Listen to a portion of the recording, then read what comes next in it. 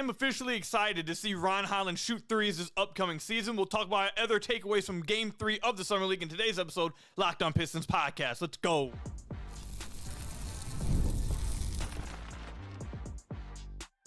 You are Locked On Pistons, your daily Detroit Pistons podcast. Part of the Locked On Podcast Network, your team every day. What's the deal? Welcome back to another episode of the Locked On Pistons podcast. Per usual, I am your host, Ku Khahil. You can find me over on Twitter at Ku Khahil. I've been covering the Detroit Pistons for the last 4 years for the Locked On Network. I've been a credential media member over the last 3 years. I appreciate all of you guys who make Locked On Pistons your first listen every single day. The everydayers out there, I appreciate all of the support. And today's episode is brought to you by Monarch Money. Take control of your finances with Monarch Money. Use code LOCKEDONNBA at monarchmoney.com for 50% off your first year. Later on, we'll talk about some comments Zach Lowe made on his podcast regarding the Detroit Pistons and his thoughts on a young core member that he believes has the biggest impact to swing things for the Detroit Pistons this upcoming year. And then also, you're hearing some rumblings, whether they're real or not. There are some rumblings in the NBA fan base. Could Russell Westbrook be signing, could the Pistons be interested in a Russell Westbrook? We'll talk about that a little bit later as well. But let's start with Game 3 of the Summer League. The Pistons dropped this one to the Minnesota Timberwolves. Win-loss doesn't really matter. I don't think anyone really cares about, the record. If you win a tourney, it's the Summer League. That's not really why you're watching Summer League. You're watching Summer League to see development, non-development, and have some takeaways on some younger guys going into the season. And the one player that I think everyone obviously is going to be super excited about, and I am excited about, is Ron Holland. I think Ron Holland's been great in the Summer League. I think he showcased multiple things that should have you excited for his upcoming season. And I always do this throwback. Every time Summer League comes around, I always throw back to this moment or this particular Summer League as an example I have. And you guys will understand why I'm bringing this up. If you go back years and years to when Bruce Brown was entering his second year, or it might have been his third year into the league, and he was in Summer League, and he wasn't out there scoring 20-plus points a game. He wasn't out there, becoming an elite scorer or anything. But what he was going out there and doing was consistently getting paint pressure and making reads, making passes out of it. And that allowed, or at least put me in a position where I felt, okay, I feel comfortable, and I feel like he's developed as a passer, as a processor. He's trying to make these reads, and as you've seen throughout his career, whether it's as a short roller, which is kind of crazy, but as a ball handler, wherever it is, you've seen his playmaking help contending teams like the Denver Nuggets, who just brought him back, because he has that kind of feel and passing ability that he worked on in the Summer League. You kind of saw that, foreshadowed because of Summer League. The reason why I bring that up, Ron has done some of these same things that I'm not really... Like, he scored 22 points in this game. That's not what I really care about. Obviously, you want to see him dominate Summer League because he's a second-year player. I think we all expected him to, and he's done that. But I don't care about how many points he scores. I more so care about, I guess, like, making threes directly relates to you making shots and scoring more. You guys get what I'm saying, though. I don't care about how many points he scores. I care about seeing these things that I've seen from him. He only had 2 assists in this game, but I have repeatedly, and he had 7 turnovers. So it's not that I'm saying this, I don't think he's going to show up this year and all of a sudden be a playmaker. I don't think that's going to be Ron. And honestly, I don't know if Ron's ever going to be somebody you look to be a playmaker. I don't think that's ever going to be him. That's just not the player he is. However, what I am seeing him try to do and try to develop in this Summer League is making better reads once he gets to the rim. And that was something in his rookie season that we talked about a lot on the podcast that I thought was something he vastly needed to improve on. Again, the type of player Ron is, he is going to be a scorer. He is not going to be put on the floor to be a passer. And that's fine. You can be a scorer mindset, but you have to be able to then make the right read when that scoring opportunity is not there. Now, maybe Ron, and this is the hope, and it looks like this may actually end up being the case, but you guys will get what I'm saying in a minute, maybe becomes such a good scorer that he creates so many open windows and angles to where he doesn't have to rely on his passing as much. And that's what players like Jaylen Brown have become really good at. Jaylen Brown has developed somewhat as a passer, but he's become such a good, he's developed so much as a scorer to where he's not putting himself in these situations where he has to try to pass out. He's usually creating these scoring opportunities for him. That's just one person I've thought of that was drafted high, kind of had these same struggles as Ron, and, kind of has went on to improve upon them. My point being, Ron's probably never going to be a great playmaker. That's not what you ask him to be. But when he does get walled off, when he doesn't have an easy shot, you want to see him capable of saying, okay, this dump off is right here. Okay, this skip pass, I have to make it. It's there. I don't have a shot here. I have to make it. In his rookie year, those plays just were non-existent. I don't know if the game was moving too fast for him because he didn't really make a lot of those reads in G League either. His rookie season, he just didn't make a lot of them at all.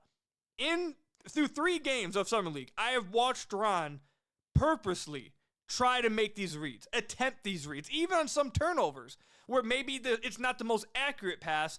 It's bigger to me that he is seeing it, that he is acknowledging, okay, I've gotten this rim pressure, I'm a scorer, but the shot isn't there. Do I just throw up something crazy? Or am I now seeing that because of the paint pressure I've created, this dump off is open or this skip pass is open?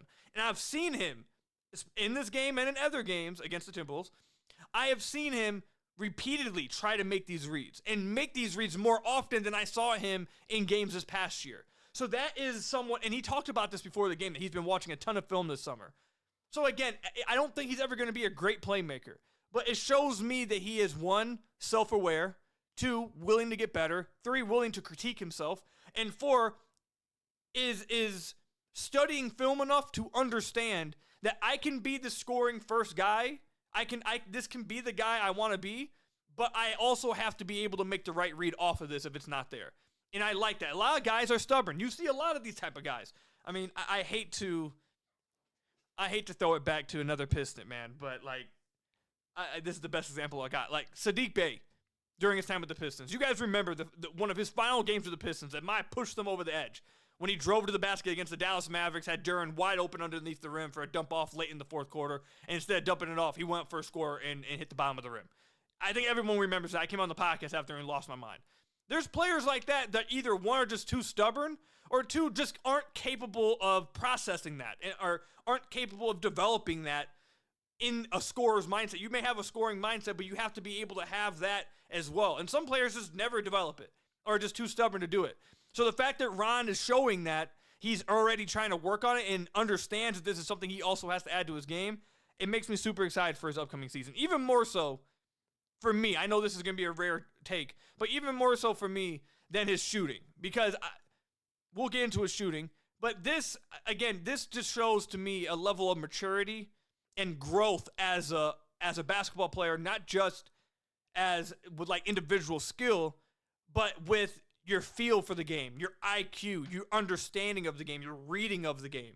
And that, in between the ears, is what really can take a player to the next level, even more so than just the personal talent. So I'm loving seeing Ron. Again, he's turned the ball over 7 times. Sometimes the passes aren't accurate, but I'm loving the process. I'm loving the fact that he's trying and is understanding these reads are there, and I have to try them. I have to be able to make them. So I spent a long time talking about that. You guys know how big I am on processing and passing. I spent a lot of time on it. But we are going to get to his shooting now. I am extremely excited to see him shoot in the regular season. I'm extremely excited to see him shoot in the preseason when he's going up against NBA players, NBA speed of a game, see how he shoots in those games. Because while he shot 1 of 4 from the free throw line in this game, he's shooting around 40% through Summer League. It's only 3-game sample size, but the shots looked good. Most important thing to me is he looks incredibly confident in the jumper. Like, he looks, if he can carry that confidence over to the preseason, that's what I'm really looking forward to seeing. Is he going to be this confident when he's in the NBA? Like, is he just going to be letting it fly anytime he's given any type of space? Like, is he going to have that type of confidence from the three-point line? Because that tells me he feels really confident in the work that's been put in the work that him and Fred Vincent has put in on his jumper, to where he feels like it's ready to be full-fledged out there. Some guys are scared to let it be shown because don't know if it's going to be good, don't know if I'm going to struggle, I don't want to look bad, so they just don't want to bring it out into a real game. I am excited to see Ron in the preseason and see, does he have the level of confidence that he's shown through Summer League with his jumper? Because he's not just taking catch and shoot threes in this Summer League. He's taking step back threes. The only 3 he hit was a step back 3. He's hitting movement threes. He's hitting off the dribble threes. He's taking pull up threes. He's showing a legit amount of confidence in the comfortability of his 3-point shot. And for me, if that is actually there, it unlocks a whole. I think realistically, he probably is not going to be a very good 3-point shooter this year. I think realistically, if we're going to try to be realistic with it, I can see him maybe getting around 32, 33%. If he gets above that, that's an insane jump. But let's say, like, let's try to be realistic within it. If he gets to 32, 33, that's already showing you great signs for where he is in a few years. He's only 20 years old. If he can show 19, 20 years old, if he shows improvement this year in the confidence with the shot and you see that type of jump, just imagine the following year. Gets from 33, now maybe he's at 36 next year, and he's only 21. Imagine what he'll look like at 24, 25. So that's why I am really excited to see Ron this year. He looks like he's been so professional and detailed with his offseason. I love the answer we got from him before the game. We talked about studying film and really looking. He said he's been looking at Cade's film to understand how he sees the floor, which really points out, why I mentioned earlier and how he's trying to make these passes and make these reads. I think it's just a very mature and professional way to go about your offseason instead of just posting highlights, working on some, and one dribble moves and, some stuff that why are you even working on it? A lot of these guys are like, why are you even working on that kind of thing? I feel like Ron, from what he said and from what we've seen, it just looks very mature. It looks like a very mature way that he's attacked his offseason, and it makes me even more excited to see it play out in live action in the NBA. So that's my biggest takeaway, and really my only takeaway from this Summer League game, only one that really matters. So let me know, comment section down below, or over on Twitter at Ku Khahil, how you guys feel about Ron Holland and his play through Summer League. Again, comment section down below, or over on Twitter at Ku Khahil. Coming up, Zach Lowe had some interesting comments about the Detroit Pistons and also spoke about a player he believes is the X factor for the Detroit Pistons, taking another step this year. We'll break it down coming up. Ever wish managing your money felt easier? With Monarch Money, it can. Whether you're growing your savings or planning a big purchase, Monarch puts you in the driver's seat. It's like having your own personal CFO, giving you full visibility and control over your finances. Monarch Money is more than a budgeting app. It's a complete financial command center. You can track all your accounts, investments, and spending all in one place. So in addition to managing your money, you're also building wealth. Have you ever looked at your spending and been surprised by how fast it adds up? Trust me, I looked at how much I was spending on delivery food, and I was like, my God, if I knew that I was spending that much, I would have cut it down. But I didn't know until I started using Monarch Money, and it showed me, and I was aware of it. And now I've cut back on it a little bit. Still use DoorDash, but just not as much. So that kind of thing, you can take control of your finances with Monarch Money. Use code LOCKEDONNBA at monarchmoney.com for 50% off your first year. That's monarchmoney.com, code LOCKEDONNBA for half off your first year at monarchmoney.com. So I want to thank you guys again. Make Locked On Pistons your first listen of every single day. We are free and available on all your podcast platforms. If you haven't already, head to the YouTube channel at Locked On Pistons. Hit that subscribe button or leave us a 5-star review. Whatever podcast platform you're listening to this on, it's another great way to support the podcast. I appreciate all of you guys who have made Locked On Pistons your first listen. The everydayers, I appreciate all of your guys' support. We're just 10 subscribers away from 12,000 subscribers at the YouTube. We just watched John Corrales of the Boston Celtics, Locked On Celtics. They've hit 20,000 subscribers. We should be... Why aren't we closer to that? We need to get closer. All of you guys who are listening, watching, and aren't subscribed, let's get closer to there, man. We got to start, going at the top of the food chain at Locked On Network and the Locked On NBA channel. We got to get up there. So if you haven't already, please hit that subscribe button. But all right, let's get into some of the comments that Zach Lowe made on his podcast, which is now with The Ringer. Happy to have Zach back. He's one of the best voices, what do you want to call him? Talking heads, analysts, whatever. In the basketball NBA community, actually watches games, knows what he's talking about, all that kind of stuff. Zach Lowe was great. He had some comments at the end of his podcast with Nekias Duncan. Nekias is another great talking head, analyst, whatever you want to call them, in the NBA community. You can listen to more of his thoughts over on the Dunker Spot with Steve Jones. But anyways, they talked about the Pistons at the end of the podcast. It was about the last 15 minutes or so. I believe the exact mark was an hour and 10 minutes in. So if you want to go listen to it yourself, I believe that's the exact time stamp there. But Zach's comments I thought were really interesting. Specifically when they talked about one player, and that is of Jaden Ivey. He brought up some numbers I do want to say for the podcast here that I thought were really interesting. And again, I want you guys to go listen to the full segment yourself, but he brought up Ivey because he felt like Ivey is the guy he's most looking forward to, or the guy he's really the most curious about. He also talked about Ausar, but he said he was most curious about Ivey because he feels like the Pistons have a foundation that they should believe in in Cade, Ausar, and Duren. And he felt like Ivey is this X factor that you don't really know. You want him to be the answer in there at the 2 spot. You want him to be a part of this core. You want him to be that last piece, but you just don't know yet. And he shows flashes of he can be that guy.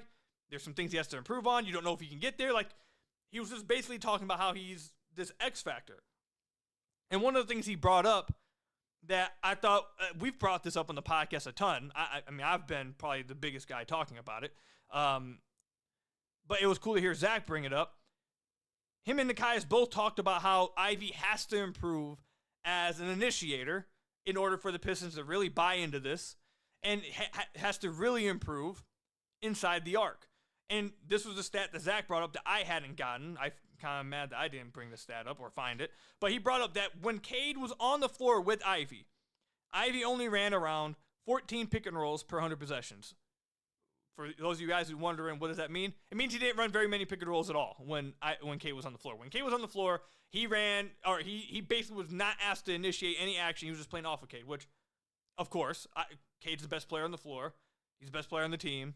He's going to have the ball in his hands the most. Like, that's obvious. And Ivey plays off of Cade really well. And they talked about how great of an off-ball player he is. He shot 45% catch and shoot threes this past year. Off-ball, he was great. But then when Cade was off the floor, he ran north of 40 pick and rolls per 100 possessions, which is a huge jump. And as we've pointed out on the podcast before, in those minutes without Cade, but Ivey running the show, the Pistons had a negative 3.28 net rating. So that is the area. I mean, we brought this up, but Zach Lowe brought it up, and the Nekias were talking about it. So I thought hearing those big heads talk about it, I thought we should bring it back into, the podcast. So I agreed with everything they had to say. I think they're 100% right. Ivey is a really good off-ball player and has to improve these areas as an initiator. And Nekias thought, he brought this up, he thought that one of the areas that Ivey really should really improve upon is adding a floater to his game. And while I agree with that, I think the biggest area that Ivey must improve on is his finishing at the rim. Yes, what he shot from the floater range has not been great from short mid-range, according to Clean the Glass. Through 3 years, he shot 34, 38, 40%. It's not great. But even at the rim, that's where Ivey, I think, is the biggest area. I don't really care about the floater. If he adds it, that would be great. And now, honestly, I understand that if you added a floater, that could potentially open up more looks at the rim because guys are playing you a little higher. It makes it easier to get to. I understand that. But if Ivey can take another step at the rim as a driver, I think that's where it launches him into the next stratosphere. Through 3 years in his career, he's shooting 55, 59, 60% at the rim.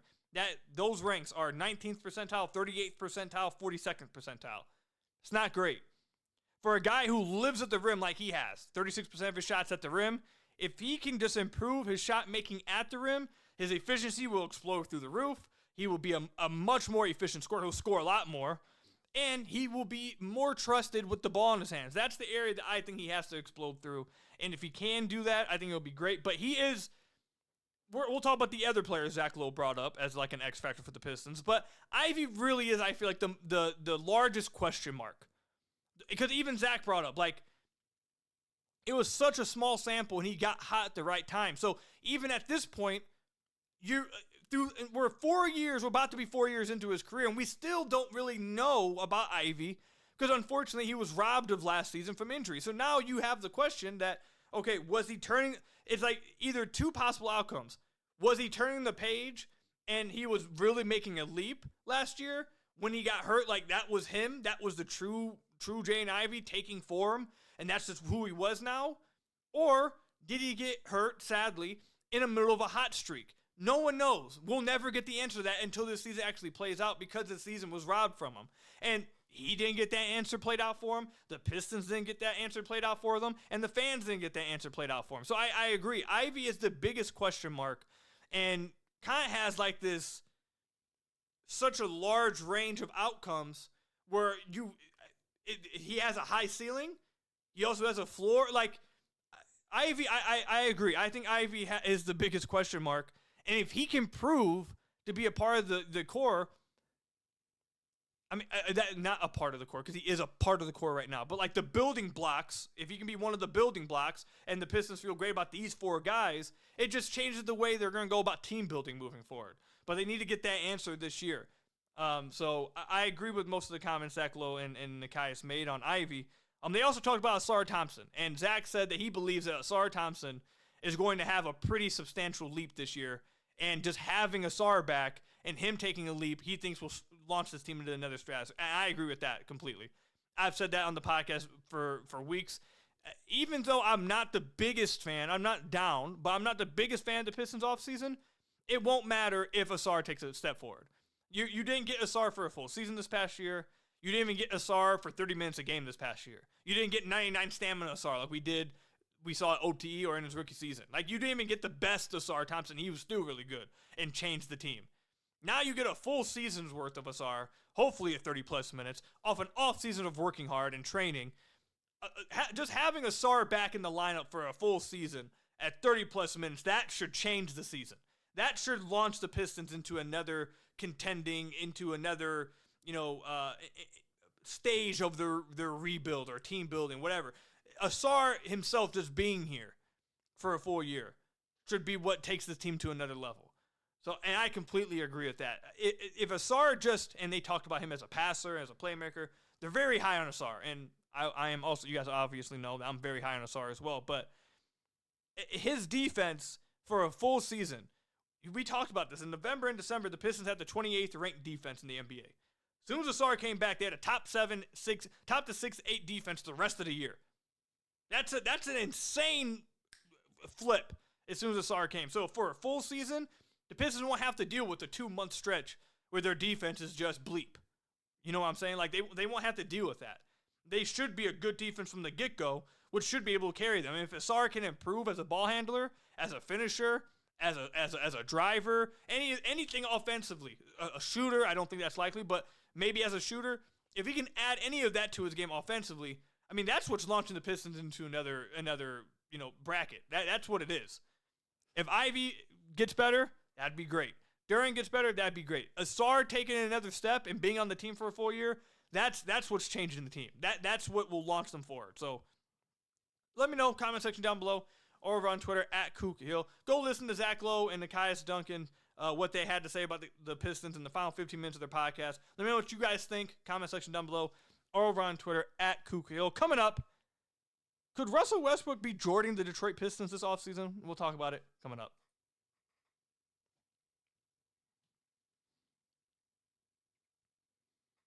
So I want to thank you guys again for making Locked On Pistons your first listen of every single day. We're free and available on all your podcast platforms. If you haven't already, head to the YouTube channel at Locked On Pistons.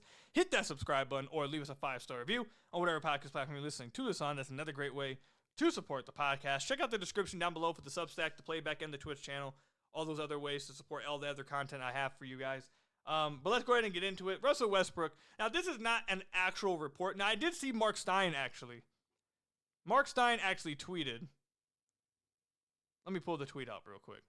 Because originally, the Russell Westbrook talk to Detroit was not actually a report at all. It was just some dude that was like, that has somewhat of a following on Twitter being like, oh, well, the Pistons should be in the services for Russ because they don't have a backup point guard. And they do have open roster spots. They should go after Russ. And not everyone just took that and said, oh, the Pistons are interested in Russ. Oh, Russ is interested in the Pistons. Could he actually go after him? Blah, blah, blah, blah. Never was an actual report. I may have gotten. Did I get duped? Did Mark Stein never actually tweet this? He might not have tweeted. That's not even like an Andre Stans account, one of those fake accounts. All right. So if it was, I'm not seeing the tweet anymore. So it might have been a troll, which is good because my answer to this was going to be no. The Pistons should not be interested in Russell Westbrook. And here is very clearly why. One, Russ is just. He's just not the player he was. He's just not very.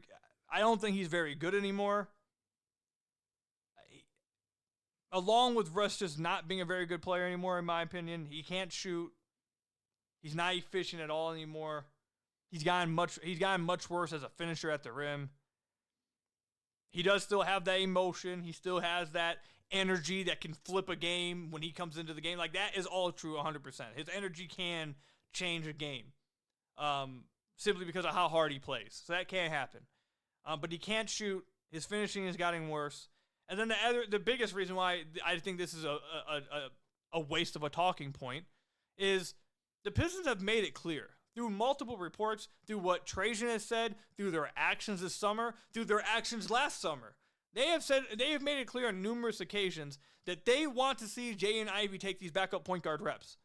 They want to see Jaden Ivey take these reps as a lead ball handler. They want to see him develop as a lead ball handler. They've made that very clear. And the other player that they brought in Karis LeVert, to replace, I see some people saying replacing T.H. Shea. It's not really replacing T.H. Shea. Karis doesn't play like that. He's not an off-ball player. He's not an off-ball shooter. He's not an off-ball cutter. That's not what he is. He is an on-ball guy. He is an on-ball player. So they have two guys on the team already that you think are going to take up those on-ball reps. So if that's who's taking up those reps, why would the Pistons want Russell Westbrook? And the only reason why I'm really talking about this is because I've seen some other places actually pick this up as an actual rumor. So I'm seeing other people actually talk about this as an actual possibility. So I wanted to come on the podcast and make it clear. It was never reported the Pistons were actually interested in Russ.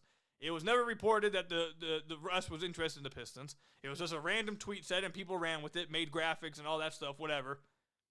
Wasn't an actual report. And the Pistons shouldn't be interested in Russ. And Russ shouldn't be interested in the Pistons. I understand he's an icon. As a name, I get it. We'll see if he ends up somewhere.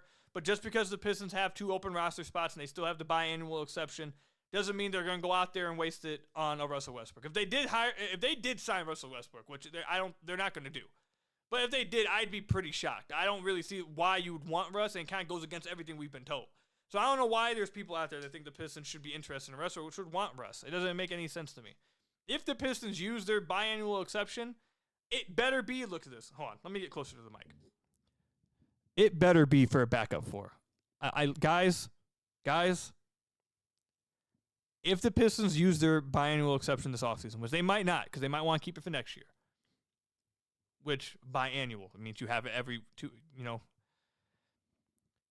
If they use their biannual exception this offseason, and it is not for a backup 4, if it is not for another guy who plays a power forward position, I will crash out. I will absolutely guys, they only have one power forward on this team. They only have one forward. If Tobias goes down, knock on wood, they're screwed. I don't understand. And now, again, the offseason is nowhere close to finish, so that maybe they address it, which is why I'm not going too crazy about it right now. But if this offseason ends, or if I see them use this biannual exception, it's not 4-4, I will crash out. This team needs one. There's no reason for you to walk into a season and not have this addressed. There's no reason you should be purposely walking into a season with a glaring big red sign saying help. Like, if there's, for example, I'll point out like this. If I told you, if I asked you to paint for me 3 outcomes in which the Pistons season goes down the drain or goes haywire, goes off the rails, what would be, I guarantee you, in almost everybody's, one of their 3 outcomes would be Tobias goes down and they don't have anyone to replace him. We don't have to bring up Tobias' on-off from this past year. It was the largest on the team, had the biggest impact. Why? Because there was no one else. When he went off the floor, they had no one else to play for his position, and they were bad in 9 minutes because of that. Don't have to go into the numbers for that. Just look at the roster. They don't have another 4. They have another guy that can play big. They don't have another guy that can do what Tobias did against Cat in the playoffs. They don't have another guy that can play the 4 position and space the floor out and keep it spaced. They don't have one. So if they use their biannual exception, it better not be on a point guard. It better not be on a Russell Westbrook. I'll tell you that much. It better be for like a Trey Lyles or something. It better be for like a Chris Boucher, even though I'm not a big fan of his at all. But it better be for someone like that. At least I would understand it. It better be for something like that. Because that's the glaring sign on the team that's saying help, help, help. Ding, ding, ding, ding, please help me. Like that's the only spot on this team. So if they don't address that and they went somewhere else, especially point guard. If they went that route, especially with what Trajan said about wanting Ivy to be this backup point guard, then getting Karis, I would be quite disappointed. So no, Russell Westbrook's not coming to the Pistons. It was never an actual report. At least maybe a report comes out in a few days. that says they're interested in Russ. But don't see that coming. That's not a real one. And if they do use their exception that they have left, please use it on the 4. That's all I've got for you guys today. Thank you guys for making Locked On Pistons your first listen every single day. Free and available on all your podcast platforms. Hit that subscribe button on the YouTube channel. Leave us a 5-star review, whatever podcast platform you're listening to this on. Until next time, I will see you guys later. Stay safe out there. Until next time, peace out, everybody.